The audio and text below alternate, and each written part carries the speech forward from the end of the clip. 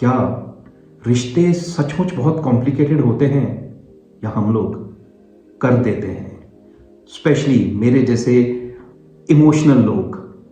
क्योंकि जो रिश्तों की बुनियाद है वो हम सब जानते हैं कि वो तो इमोशंस पर टिकी हुई होती है। तो हाल फिलहाल में जो मेरे साथ हुआ, मुझे यकीन है कि आप में से बहुत से लोगों के साथ अक्सर ऐसा होता होगा। अब मेरे जितने भी रिश्ते हैं, जो लोग मुझसे प्यार करते हैं, जहाँ मेरे अजीज हैं जिनको मैं बहुत प्यार करता हूं, मेरी कोशिश रहती है कि मेरा उनसे हमेशा राब्ता बना रहे। वो चाहे फोन कॉल हो, कोई टेक्स्ट मैसेज हो, मिलना मिलाना हो, या किसी भी और तरह से मेरी एक कोशिश होती है कि कांटेक्ट, राब्ता जो है वो बना रहे। और जाहिर सी बात है कि जब मैं खुद ऐसे करता हूं तो मैं एक्सपेक्ट भी करने लग जाता हूं कि जो सामने वाला है वो भी ऐसे ही रिस्पॉन्ड करे और मेरे को फोन करे, टेक्स्ट करे, या किसी ना किसी तरीके से राब्ता जो है वो बनाए रखे। लेकिन आप जानते हैं हमेशा ऐसा होता नहीं। तो मेरे भी कुछ दोस्त हैं जो कई बार महीनों फोन नहीं करते हैं और they suddenly vanish from my life for weeks and months. और जब कभी फिर बात होती थी तो मैं, जाहिर सी बात है, नाराजगी भी जाहिर करता रहा, शिकायतें भी बहुत बार मैंने की। एंड उस टाइम तो सबने बोलना कि हाँ यार हमें करना चाहिए, they would feel guilty about it. But then बात घूम फिर के फिर वहीं आ जाती थी।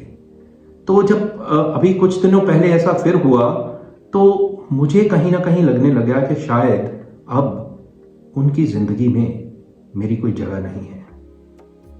एंड ये भी लगने लगा शायद रिश्तों में दूरियां आ गई हैं।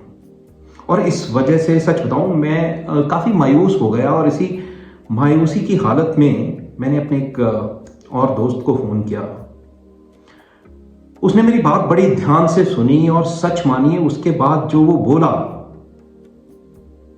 उससे मेरा रिश्तों के प्रति नजरिया ही बदल गया।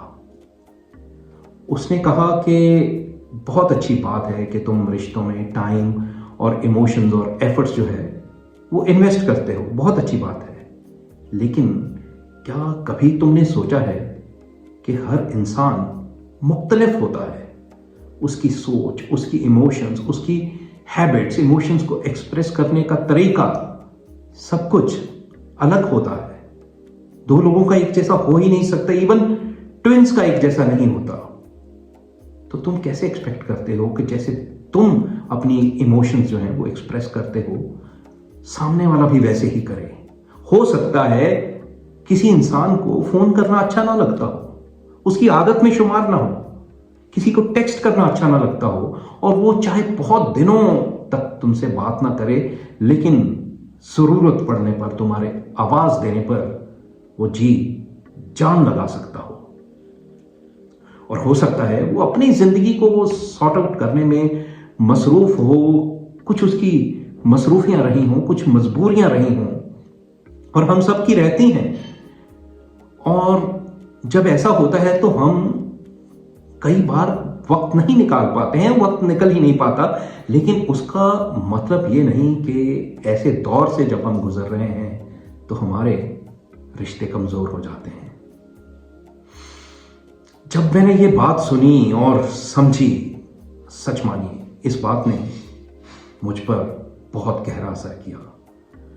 और जब मैं एब्जॉर्ब करके इस चीज को समझ पाया और अपने दोस्तों, रिश्तों और अजीजों के साथ इसको रिलेट कर पाया, तो बहुत से ताने बाने जो थे वो सुलझ भी गए। और बहुत से जो रिश्ते थे जिनमें शायद सिर्फ मेरी सोच और मेरे नजरिए के वजह से दरार पड़ सकती थी, दूरियां आ सकती थी, रिश्ते बिखर सकते थे, वो बात होने से टल गई।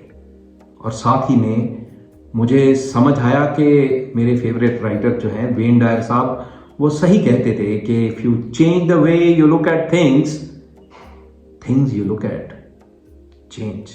तो मेरी आप सबसे यही गुजारिश है कि अपना नजरिया बदलिए और रिश्तों को बचाकर संजो कर रखिए, क्योंकि रिश्तों के बिना जिंदगी बेईमानी सी लगती है। अपना ख्याल रखिएगा, हंसते रहो, दिवासते रहो। शब खैर।